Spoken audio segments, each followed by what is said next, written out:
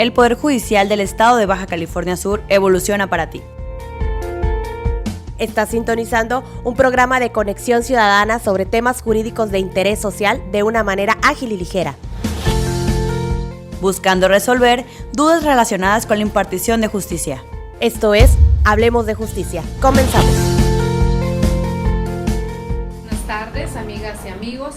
Bienvenidos a nuestro programa de radio Hablemos de Justicia del Poder Judicial del Estado de Baja California Sur, transmitido gracias al Instituto de Radio y Televisión a través de Radio 99.1 FM y el 1050 AM. Soy la licenciada Ligia Patricia Muñoz Peña, consejera del Consejo de la Judicatura del Poder Judicial del Estado, y estaré compartiendo este espacio con todas y todos ustedes durante los próximos 30 minutos. Si desean comunicarse en este momento, el teléfono de aquí de cabina es el 12-223-28, y si desean contactarnos, el correo electrónico es hablemosdejusticia@hotmail.com, hablemosdejusticia@tribunalbcs.gov.mx. En estos correos pueden enviar sus preguntas o propuestas de algún tema de su interés. En esta tarde me acompaña en este espacio la licenciada Livia Vázquez Pérez, directora de Comunicación Social. Muy buenas tardes, licenciada, bienvenida. Muy buenas tardes, muchas gracias, buenas tardes, con el gusto de saludarla y saludarlos, transmitiendo totalmente en vivo por red estatal a través de la radio de Sud California en una emisión más de Hablemos de Justicia. Y para dar inicio a nuestro programa, me es muy grato presentar a nuestra invitada de hoy. Ella es la licenciada Claudia Janet J. Peña, quien es jueza del Juzgado Segundo de Primera Instancia en materia familiar y quien nos compartirá el tema pensión alimenticia, montos y el requerimiento retroactivo. Muy buenas tardes, licenciada, sea usted bienvenida. Muy buenas tardes para ambas y agradezco al Pleno del Tribunal Superior de Justicia del Estado y al Consejo de la Judicatura también por esta grata invitación. Muy buenas tardes, licenciada jueza. Sí, muy amable, gracias. Bueno, entrando en el tema, me gustaría compartir que estamos todos enterados que una de las figuras jurídicas y requerimientos más sentidos en nuestra sociedad es la de pensión alimenticia.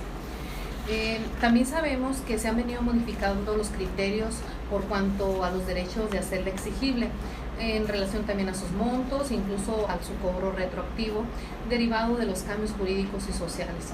Tal es el caso que recientemente se emitió un nuevo criterio jurisprudencial por la primera sala de la Suprema Corte de Justicia de la Nación en relación al pago retroactivo desde el nacimiento del hijo, aun cuando no lo hayase reconocido, claro está, y cuando se compruebe con antelación la paternidad, o bien cuando el padre lo hubiese abandonado, la cual se fija conforme a la situación económica del deudor alimentario. También, sin importar los años que hayan transcurrido, pues el derecho de los hijos por recibir alimentos es imprescriptible, lo cual viene a revolucionar su exigibilidad y se traduce en un número mayor de juicios. Por lo que nos gustaría primeramente, jueza del Poder Judicial, nos comparta qué debemos entender por pensión alimenticia. Bueno, primeramente este tema es muy importante que conozca la gente cómo es para nosotros como jueces familiares su monto, el pago retroactivo en caso de procedencia, y primeramente entender qué es la pensión alimenticia. La pensión alimenticia es una prerrogativa, es un derecho que deriva del parentesco y del estado civil de las personas, como el concubinato y el matrimonio, y una excepción tenemos esta regla que más adelante voy a señalar. ¿Qué contemplan los alimentos? La comida, el vestido, la habitación, la asistencia médica, la educación. No es objeto de transacción y son de orden público, son irrenunciables. ¿Dónde tenemos su fundamento primordial? Hablemos de la reforma constitucional del 2011. Lo tenemos en el artículo 25 de la Declaración Universal de los Derechos Humanos, que tutela el derecho a una cantidad de alimentos suficientes para la salud y bienestar, así como el artículo 24 de la Convención sobre los Derechos del Niño, que obliga a los estados a tomar medidas para proporcionar alimentos, y el artículo 11 del Pacto Internacional de Derechos Económicos, Sociales y Culturales, que establece los mecanismos de vigilancia por parte del Estado para el debido cumplimiento de las obligaciones alimentarias alimentarias sin discriminación alguna, así como también nuestra legislación del Código Civil vigente en el Estado, donde contempla lo que son los alimentos y cómo deben de precisarse, regirse y reclamarse por parte de quien tiene un derecho para ello. Muy bien. Sí, ¿cómo se fijan los alimentos? Los alimentos se fijan conforme a un principio de proporcionalidad. ¿Cómo es esto? Es de acuerdo a la posibilidad del que debe darlos y a la necesidad del que debe de recibirlos. Siempre es en un plano igual, proporcional. No la balanza va más a una persona que a otra persona. ¿Cómo es esto? Tenemos un deudor alimentario y un acreedor alimentario. El padre no custodio tiene la obligación de proveer alimentos de forma directa de dinero, o sea, dando esa cantidad, no en mandado, no comprando tenis, ni comprando el uniforme, ni comprando vestido, ni comprando alguna medicina, sino es en una cantidad fijada por el juez, ya sea en salarios mínimos o en un porcentaje que viene descontándose de su fuente laboral. Y el padre custodio o madre custodia se los da de forma directa en relación a que vive con el acreedor alimentario. Entonces ve si está enfermo, lo lleva al doctor, también proporciona parte de su dinero en comprar alguna medicina, en comprar vestido, en la habitación. Entonces ambos tienen la obligación de proveer alimentos al hijo, en este caso, de forma diferente, siempre y cuando se garantice el bienestar del niño. Sí, la diversión en relación de que el niño, pues al momento de que es visitado, no tiene que ser solamente en su casa, pues es un niño que tiene que ir con su papá, por lo general, y lo sano es pues que vaya a los parques, al malecón, a los restaurantes, claro, siempre y cuando en la medida de las posibilidades del padre no custodio, en razón de que se entiende que se da una pensión alimenticia, pero eso viene siendo extra, ¿sí? No debe de descontársele, ¿no? Es en razón de la visita o el derecho a la convivencia que el padre tiene. Claro está que si el padre, por mutuo propio, quiere comprar la medicina, porque en sí no van con un doctor particular, con un pediatra, porque tal vez la asistencia de ISSSTE, de seguro popular, pues por alguna situación no es rápida, luego entonces podrán ponerse de acuerdo en pagar la mitad de las medicinas en casos extraordinarios. ¿Por qué? Porque posiblemente la pensión alimenticia no sea bastante para cubrir todas esas necesidades, lo cual uno como juez, dentro del caso muy particular, podemos nosotros decretar alguna situación. Muy bien. Muy bien, muy interesante el tema, definitivamente. Bueno, en esa tesitura, ¿quién tiene derecho a recibir los alimentos? Este ha sido un tema.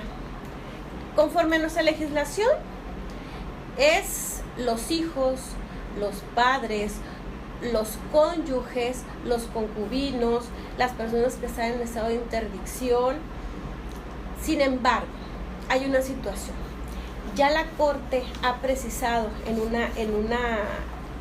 una jurisprudencia emitida por el Pleno que dice que esa pensión alimenticia no solamente puede ser solicitada por quien esté dentro de un estado civil reconocido por la ley, sino que pasa con esa persona que vive, tiene una relación permanente, mutua, de amor, cariño, y hay hijos, pero uno de los dos no se encuentra divorciado.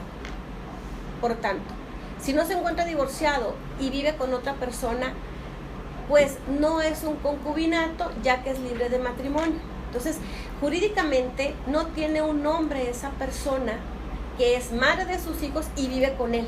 Por tanto, la ley lo rechaza en razón de que no puede pedir alimentos.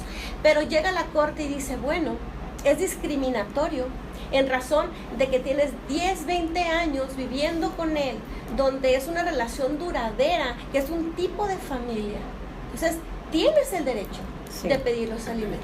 Y el interés superior al menor. Claro, porque los hijos, lógicamente, se acredita con la partida de nacimiento, la vinculación y el parentesco que tiene con la persona que debe proveerles. Pero entonces ya estamos ante un tipo de familia que la Corte puede llegar a reconocer, en donde les da derecho a esa persona que vive con el hombre casado todavía, pero que está físicamente separado de la esposa por mucho tiempo. Muy bien. Así es. ¿Hasta qué edad pueden recibir alimentos los hijos? Por ley son a los 18 años, porque los menores de edad se presumen necesitarlos, y después de los 18 años, si siguen estudiando ininterrumpidamente, les tienen que otorgar y dar un arte, oficio o profesión, siempre y cuando lo hagan, como lo dije, ininterrumpidamente. En esos casos también se ha precisado de que si se acredita la imposibilidad de haber seguido sus estudios en razón de una enfermedad, un accidente, entonces la ley no puede ser tan estricta para privar los alimentos a la persona ya mayor de edad. Así es. Bueno, pues muy interesante. Vamos a una pausa y regresamos. Esto es Hablemos de Justicia por la radio de Sud California. Ya regresamos, esto es Hablemos de Justicia, pero antes de continuar con nuestra entrevista, quisiera comentarles esta información, y es que el Poder Judicial del Estado y el Instituto de Estudios Superiores de Derecho Penal, INDEPAC, convocan a servidores públicos y abogados postulantes del Estado a inscribirse a la maestría en Derecho Procesal Penal, la cual estará siendo impartida en la ciudad de La Paz de manera presencial en el Salón de Actos de nuestra sede judicial, y para quienes estén interesados en inscribirse de los municipios de Los Cabos y Comondú a través de videoconferencia en las salas de capacitación de los partidos judiciales de esta institución. Para mayores información pueden comunicarse al teléfono 612-264-44 de la Escuela Judicial. Bien, y estamos compartiendo este tema con la licenciada Claudia Janet Cota Peña, jueza del Juzgado Segundo de Primera Instancia en materia familiar. Estamos hablando acerca de la pensión alimenticia, montos y requerimientos. Bueno, ya estamos otra vez de nuevo, licenciada. Me gustaría que nos compartiera cómo es la condena de alimentos en un juicio de paternidad. Ya tenemos nosotros un amparo resuelto, que es un amparo en revisión 5.781/2014 de la exministra Olga Sánchez Cordero de García Villegas. Ahí se resolvió en relación del pago retroactivo de alimentos de la paternidad. Anteriormente a esto nos regíamos por el código, que solamente se hacía una condena de que se giraba el oficio al registro civil para efecto de que se le pusiera el apellido paterno y se hiciera la modificación en el acta, y se condenaba a 1 año retroactivo a razón de un día salario, y aparte al pago de gastos y costas que venía siendo la prueba de paternidad, y si pedían en prestación la pensión alimenticia se fijaba. Pero ahora, con ese amparo ya resuelto, ya tenemos nosotros la visión diferente. ¿Por qué? Porque ahora sí hay una condena de pago retroactivo hasta el nacimiento del niño, siempre y cuando el progenitor que no reconoció al niño sabía de la existencia de él, es decir, le pagaba a la señora para que fuera al médico, las medicinas, sabía que era su hijo. ¿Sí? En un dado caso que ese progenitor no supiera de que la madre iba a tener a su hijo, no sabía de la existencia porque tal vez fue un noviazgo fugaz, fue un noviazgo de salidas, 1, 2, 3 salidas con las relaciones sexuales, y de repente le dice ella, voy a tener un hijo, y él duda, ¿sí? Al momento de entablar el juicio de reconocimiento de paternidad, al momento del emplazamiento, cuando él se da cuenta que posiblemente sí pueda ser su hijo, la condena retroactiva es en esos casos hasta el emplazamiento. ¿Eso qué quiere decir? Que si yo reconozco a un hijo extraoficialmente, extrajurídicamente, de que puede ser mi hijo, y le doy dinero, la llevo a la consulta, pero niego a reconocerlo, es el pago retroactivo al nacimiento. Pero si yo desconozco la existencia del niño y llego a mi casa y llega un emplazamiento, una cédula, por un actuar donde me doy cuenta que estoy yo demandado por un reconocimiento de paternidad, la condena es al emplazamiento cuando yo me doy cuenta. Así es actualmente la condena. O sea, la obligación alimentaria surge desde el momento del nacimiento del menor y no cuando se gana el juicio y el juez fija un monto de pensión. Sí, efectivamente, ya como les expliqué, ¿no? Son 12 puestos en sí. Perfecto. Licenciada, ¿cuál es el trámite de un juicio de alimentos? El trámite de un juicio de alimentos se tramita en la vía de controversia familiar, por lo general, porque puede ser una acción, voy a promover solamente alimentos. Claro que los alimentos van a derivar por su misma naturaleza y por sí solo se va ajustando a una custodia y se va ajustando a un régimen de visitas. O lo puedo pedir como acción accesoria en un tipo de divorcio. Sí, como ahora tenemos un divorcio unilateral sin causa que viene precisado en el convenio o en la contrapropuesta o como medida provisional, como una medida que yo pido para que durante el procedimiento del divorcio no quede en estado de defensión generalmente los niños, niñas o adolescentes y se ha fijado una pensión alimenticia. Son varios los medios, puede ser una acción principal o una acción accesoria. Sí, es un trámite no difícil, claro está, es conforme a la ley, la vía que se debe de llevar a cabo, pero uno va supliendo muchas situaciones durante el procedimiento, como son, si no sé dónde trabaja el señor, uno como juez de oficio, gira los oficios, a Hacienda, al Seguro Social, a donde la señora considera que puede trabajar el señor para hacer una investigación y saber si efectivamente tiene una fuente laboral o no la tiene. Y quiero puntualizar algo muy importante. Lo mismo pasa con las mujeres. Aquí no es exclusivo, no hay un género que siempre tiene que ser el hombre. Es lo mismo en las mujeres. Si hay un padre custodio, un padre que cuida bien a sus hijos y un padre que acciona el órgano jurisdiccional para promover una pensión alimenticia, luego entonces lo correcto y lo que es y lo que se hace es fijar una pensión alimenticia a la señora. Estamos en un plano igualdad conforme al artículo 1 Constitución y 4 Constitucional. Muy bien. Muy bien. Wow. Bueno, ahora me gustaría preguntarle cómo se extingue la pensión alimenticia. La pensión alimenticia tenemos nuestro artículo 470 del Código Civil vigente del Estado que ahí nos marcan los supuestos. Lo más común que tenemos en los juzgados familiares para una extinción de pensión alimenticia es cuando ya el mayor de edad, sí, que siempre se le dio alimentos desde su minoría, pues se casó, entró en una relación concubinaria, trabaja, dice este artículo que deja de necesitarlos. Es una traducción de la misma fracción. También cuando la persona que debe dar alimentos, que es el deudor, pues se encuentra imposibilitado. Imposibilitado es que está recluido en un centro de reinserción social, no puede físicamente trabajar. O sea, no es de que ya no tengo trabajo y no doy pensión alimenticia, no, porque es un derecho de las personas el dar esa pensión alimenticia. Entonces tiene que buscar la forma. Estoy hablando de hombre y mujer. Ok, muy bien. Cuando se pierde la patria potestad, ¿tiene la obligación el progenitor que la perdió de dar alimentos a su hijo? Ha cambiado mucho ya el concepto de la condena que tiene una pérdida de la patria potestad. Anteriormente, con los divorcios necesarios que ya no se encuentra vigente en nuestra legislación, había una condena de suspensión de la patria potestad y de la pérdida de la patria potestad. Sí, o sea, no era una cosa diferente el hecho de tratar bien a un hijo, sino que si era adúltero había una suspensión, una pérdida de la patria potestad. Ahora, esa pérdida de la patria potestad,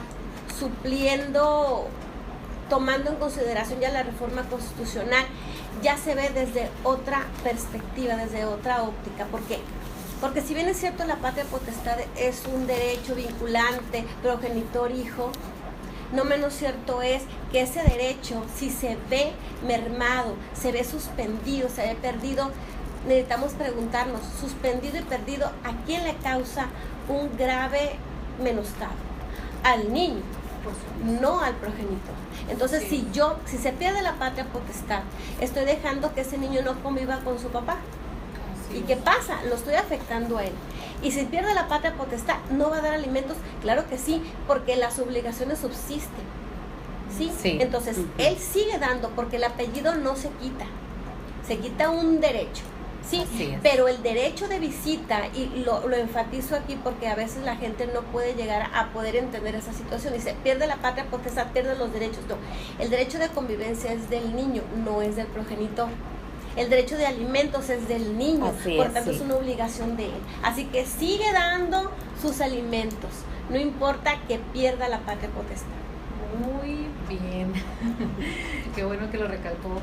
Pues, bueno, ahora nos gustaría saber cómo se garantizan los alimentos. La garantía de los alimentos se da por hipoteca, prenda, fianza o una cantidad bastante para poder cubrirlos. En algunas ocasiones hay gente que carece de un bien inmueble, de un bien mueble, de dinero. Entonces puede bastar y sobrar el hecho de que tenga un trabajo y ver cuánto tiempo tiene en ese trabajo. Si tiene 10, 20 años en ese trabajo, pues será muy difícil que lo pueda dejar. Por tanto, el hecho de poderle fijar una pensión alimenticia en salarios mínimos y después, en razón de un convenio, por decir, y que esa persona deje de cumplirlos, inmediatamente se gire el oficio de la fuente laboral, que es nuestra garantía en caso de que no tenga ninguna de lo que yo acabo de indicar, ¿no? Que cómo asegurar los alimentos. Ok. ¿Puede sufrir modificaciones la pensión alimenticia que sea fijada en una sentencia o convenio? Claro que sí, porque las circunstancias van a variar y van a cambiar desde el momento que se dicta la sentencia o se hace el convenio. ¿Por qué? Porque puede tener, esa persona, ese deudor puede tener más acreedores. Así Cambian y modifican. Puede aumentar la pensión alimenticia, puede disminuir la pensión alimenticia o puede extinguirse la pensión alimenticia. No es duradera por cuanto sea fijada una sentencia o convenio para siempre. Sufren modificaciones, De claro. acuerdo a las circunstancias, ¿no? Sí. Tal vez a los ingresos Sí, también depende de la edad de los niños que tanto más se puede necesitar y si suben los ingresos de la persona o del deudor si tiene más acreedores, tal vez se case, tenga más hijos, algunas situaciones, pero varía. Sí. Bueno, muy bien, licenciada, pues ya nos vamos, ya nos queda muy poquito tiempo, pero no sin darle las gracias por participar en nuestro programa Hablemos de Justicia, a la licenciada Claudia Yanet Cota Peña, jueza segundo de primera instancia del ramo familiar, por compartir el tema pensión alimenticia, montos y el requerimiento retroactivo. Fue un placer tenerla, jueza. Muchas gracias. Con nosotros, muchísimas gracias. No, muchas gracias. Cuando gusten invitarme de nueva cuenta, aquí estaremos. Es un tema, como lo puntualicé, muy importante y que es importante también que las personas tengan ese conocimiento del mismo. Sí, me despido nada más con una frase que me gusta mucho de un abogado veterano de la Guerra Civil estadounidense que es Robert Ingersoll. Dice, se las voy a compartir. Muy bien. Da a todo ser humano cada derecho que reclamas para ti mismo. Muchas Excelente. gracias. Excelente. Gracias de nuevo por habernos acompañado y gracias a todos los que nos sintonizaron el día de hoy. Como cada miércoles los esperamos en punto de las 6:30 de la tarde por el 99.fm y el 1050 de amplitud modulada a través de la radio de Sud California. El tema de nuestro siguiente programa es convenio de régimen de convivencia. Les recordamos nuestros correos electrónicos hablemosdejusticia@bcs.hotmail.com y hablemosdejusticia@tribunalbcs.gov.mx. Se despide la licenciada Livia Vázquez. Gracias por escucharnos. Que tenga una excelente tarde. Hasta la próxima. Muchísimas gracias. Soy la licenciada Ligia Muñoz y nos vemos el próximo miércoles. Esto fue Hablemos de Justicia, un programa del Poder Judicial del Estado de Baja California Sur en coordinación con el Instituto Estatal de Radio y Televisión.